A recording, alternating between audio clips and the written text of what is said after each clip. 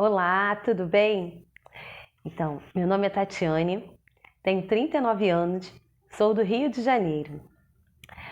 Os meus pais, eles começaram a praticar o budismo, eu tinha 3 anos de idade. Passei a infância e a adolescência vendo os meus pais com grandiosas dificuldades, porém com muito otimismo e daimoku e dedicação total a Gakkai. Minha mãe, mesmo sem condições, estava sempre oferecendo o melhor para as pessoas. Tive uma adolescência bastante rebelde. Porém, a minha mãe e meu pai sempre oravam daimoku e eram muito rigorosos comigo. Uma vez, recebi uma visita da responsável do grupo que eu pertencia na época, o grupo Taiga. Porém, eu não queria conversar, não queria receber ninguém e não queria falar sobre a minha vida. Como estava tendo recepção do Kofu em minha casa, aproveitei a distração de meus pais e fiquei escondida por 3 horas dentro do guarda-roupa. Foi o tempo que a minha líder ficou me aguardando. Quando todos foram embora, eu saí do guarda-roupa e minha mãe e meu pai, mais uma vez, um rigoroso diálogo. Apesar de tudo, estava sempre indo às atividades e absorvendo as orientações. Aos 16 anos, conheci um rapaz, comecei a namorar um rapaz que morava em minha rua, mas que minha mãe não gostava devido ao comportamento dele. E mesmo contra tudo, continuamos juntos, escondidos. E começamos a frequentar juntos a reunião. Assim, eu tinha certeza que meus pais não iriam negar a participação dele. O tempo passou, ele recebeu o Gohonzo. Engravidei aos 17 anos e nós dois fomos cada vez mais nos empenhando na prática e na organização. Fomos assumindo diversos cargos e crescendo como ser humano. Quando soube que eu estava grávida, eu fiz uma grande decisão em minha vida. Eu não serei mais uma da estatística, negra, pobre e mãe adolescente. Decidi o quão grandiosa seria a minha família. Estudei, me dediquei e com todas as dificuldades entrei para a faculdade. Me formei em pedagogia. Meu marido na época decidiu que seria um grande empresário. E de ajudante de caminhão numa empresa de andaimes, ganhando R$ 50 por semana, ele abriu a loja dele, se tornou empresário do ramo de andaimes. Tivemos uma outra filha, alugamos uma ótima casa para nós e para o conselhufo. Fui chamada para tomar posse na Prefeitura do Rio de Janeiro, um concurso que eu nem lembrava mais que tinha feito. Concluí a minha pós-graduação. Minha vida num rumo perfeito. 18 anos de um relacionamento o qual eu era uma verdadeira rainha. Em 2013, minha vida teve um novo marco. Um dia, meu marido não se sentiu bem. Foi ao médico e o mesmo liberou para as suas atividades. Ele teria uma viagem a fazer com a divisão de jovens. E nesse dia, ao acordar, ele disse: "O médico me liberou, eu estou melhor. Contudo, eu irei. Se eu tiver que tombar, tombarei em combate." Ele saiu e eu imediatamente sentei diante do Gohonzo e realizei 3 horas de daimoku para que ele ficasse muito bem e a atividade fosse um sucesso. E fui. Ao retornarem, já no Rio de Janeiro, minha mãe, meu filho e meu marido entraram no carro. E ao ligá-lo, meu marido deu um forte suspiro e faleceu. Ao lado do nosso filho, de 12 anos. Nesse momento, eu estava com minha filha em uma festa os aguardando. E quando eu vi o carro dele chegando, peguei minha filha sem saber de nada e fomos recebê-los. E meu filho saiu do carro chorando e falando o que ocorreu. Naquele momento, as 3 horas de daimoku que eu recitei serviram para mim como um cinto de segurança. Me senti protegida de alguma forma pelo universo. Foram dias de muita dor, muita angústia, muito medo e tudo mais. Porém, eu nunca duvidei do Gohonzo. E para entender, buscava tudo que o meu mestre orientava, sobre a morte e orava mais Daimoku para não permitir que o sentimento de tristeza e derrota se instalasse em meu coração. O meu castelo havia se desmoronado sem eu perceber nenhuma rachadura. Porém, o Daimoku, a luta que empreendíamos diariamente, foi a base que me sustentou. Compreendi sobre o karma, missão e sobre a morte. E por ter vivido ao lado dele sem nenhum arrependimento, eu não transformei a dor em sofrimento. Cada dia que vivíamos juntos eram dias dourados. Escutava todos os dias pelas manhãs que eu e meus filhos seríamos as pessoas mais felizes. E nisso eu me agarrei. Precisava ser feliz por mim, pelos meus filhos, pelo meu mestre e por ele também. Busquei o significado de dor e sofrimento. A dor pode vir de fora ou de dentro, mas ela aparece, machuca e vai embora. O sofrimento não. A gente consegue criar sofrimento e segurá-lo por quanto tempo der vontade.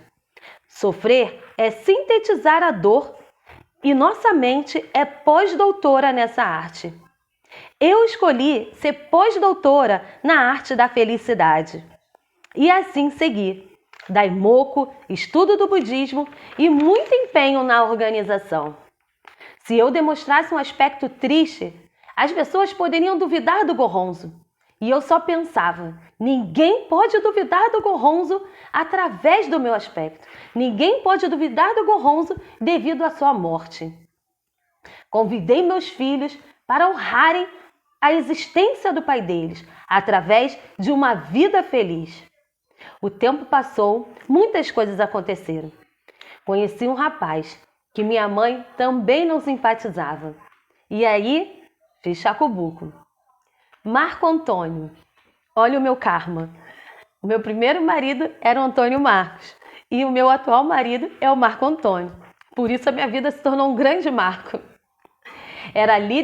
O Marco era líder de torcida organizada do Flamengo, onde não queria saber de religião e só falava do espiritismo. O tempo passou, eu engravidei, casamos e minha vida ao lado dele era com muita desarmonia. Chegamos até nos agredirmos fisicamente. Fui para a casa de minha mãe e chegando lá, só fizemos Daimoku. Fiquei 3 dias buscando entender a minha vida. Pensei, sou uma rainha, sempre fui. Precisava chegar no fundo do poço, para aprender algo que não havia aprendido. A decisão era minha, o karma era meu. Eu tinha a chave da transformação. Eu queria um rei ao meu lado. Então, retornei para casa e decidi diante do meu Gohonzo que jamais viveria aquela situação novamente. Hoje, meu marido é líder de comunidade e em sua primeira luta realizou 8 chacubucos em 7 dias. Em 2015, perdi meu pai. Meu braço direito foi duro demais, mas eu também decidi diante do Gohonzo: vou honrar a existência do meu pai através de uma brilhante vida. Em 2018, devido a uma bactéria em minha vista, precisaria tirar o globo ocular. Porém, isso os médicos falaram, e não eu. E a cada consulta, que era diária, durante 3 meses, o problema regredia. E de todas as soluções que os médicos mais renomados do Rio de Janeiro davam, eu falava a minha: o meu óculos será a solução. E muito espontaneamente foi o que aconteceu. Não precisei fazer cirurgia, transplante, lente de vidro, nada. Somente o meu óculos. Da visão perdida 100%, eu recuperei 97%. Após, meu marido ficou desempregado. E devido ao meu afastamento, o meu salário foi reduzido. As contas se acumularam total. Ele conseguiu um emprego. Porém, recebeu 3 meses e logo a empresa dispensou todos, devendo todos os direitos. Chegou a pandemia, isolamento e sem dinheiro. Pensei, que oportunidade maravilhosa para eu me dedicar no Daimoku e transformar definitivamente o meu karma financeiro. Após uns dias, recebi uma carta. Ordem de despejo. Eu já havia falado que queria me mudar. Então pensei, que grandiosa oportunidade! O universo só está me dando uma força. Era aniversário do meu marido. Peguei a carta e continuamos o jantar com os nossos filhos. No momento, fui diante do Goronzo, recitei Daimoku 3 vezes e agradeci a oportunidade. Em meio à nossa realidade desafiadora, continuei a minha luta, o meu Daimoku. Compramos cesta para as pessoas que estavam em condições piores do que a nossa. Quando não tinha muitas opções em casa para comer, eu decorava a mesa de jantar da melhor forma. Vivia e fazia tudo em casa como se estivesse esperando uma visita. Sempre usei o melhor que eu tinha para minha família. Na realidade, nunca me senti uma pobre coitada, porque buscava entender tudo o que eu tinha dentro de mim que precisasse transformar. A falta de coragem para descobrir a nossa escuridão fundamental gera falta de conhecimento, falta de sabedoria e o que leva ao sofrimento. Sempre fui adepta da felicidade, então criei valor em tudo. No livro Abertura dos Olhos, tem um trecho que diz que as pessoas que criam mais causas e que não passam por dificuldades é que já estão destinadas à morte, como numa prisão perpétua.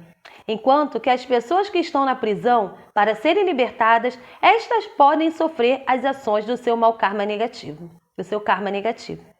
Ou seja, se estou passando isso agora, é que vou conquistar a minha liberdade. Como não se alegrar diante das dificuldades? Recebi nesse período um áudio de Josenildo com incentivo que dizia: não vamos ter pena da gente. Vamos, neste momento, manifestar a sabedoria da fé e Shindaye. Nada nem ninguém vence quem recita o Nam-myoho Renge-kyo. Não existe Buda derrotado. Nós somos Budas. Vamos fazer da nossa garganta instrumento da recitação do Daimoku. Desafiar Daimoku sem pena da gente. É hora de arregaçarmos as mangas e dizer para que viemos a esse mundo. Não vamos decepcionar a natureza que nos escolheu. Vamos levantar o grau das nossas vidas. Nós que determinamos as coisas que queremos diante do Goronzo. Defina o que você quer diante do Goronzo. A decisão forte em um único momento da vida nos dá a capacidade de construir algo a partir do nada. Isso é Eshofune. Produzir novas realidades. Recomeçar. O propósito do Goronzo é atingir você e não os outros. Somos o que pensamos.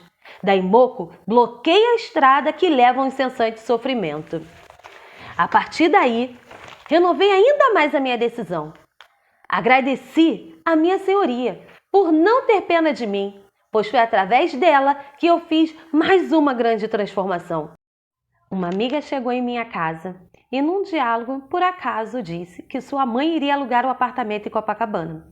Mesmo sem dinheiro, eu falei: eu quero ver. As pessoas me chamaram de louca, mas a minha mente sempre estava pensando: eu posso tudo o que eu quiser. Gostei do apartamento, eu fiz a minha proposta e hoje eu pago o que eu quis pagar. Eu fiz o meu contrato. Saí de um local perigoso, sem muitas opções, muitos assaltos sem nada para os meus filhos brincarem, para um local na esquina da praia, parque, ao lado do Forte de Copacabana. Meu marido, antes da mudança, já estava empregado e ganhando o que ele decidiu ganhar. Reverti toda a questão do despejo e saí dignamente da minha casa, pois ali era o local do Conselhufo. Somos o que pensamos ser. Podemos realizar qualquer coisa quando baseamos a nossa vida na lei do Nam-myoho Renge-kyo. Sofra o que tiver de sofrer. Desfrute o que existe para ser desfrutado. Considere tanto o sofrimento como a alegria, como fatos da vida e continue orando, não importa o que acontecer. Então, experimentará a grande alegria da lei. Assim, eu termino aqui o meu relato em gratidão ao meu mestre, aos meus companheiros, e a toda a minha família. Muito obrigada e um beijo no coração de todos.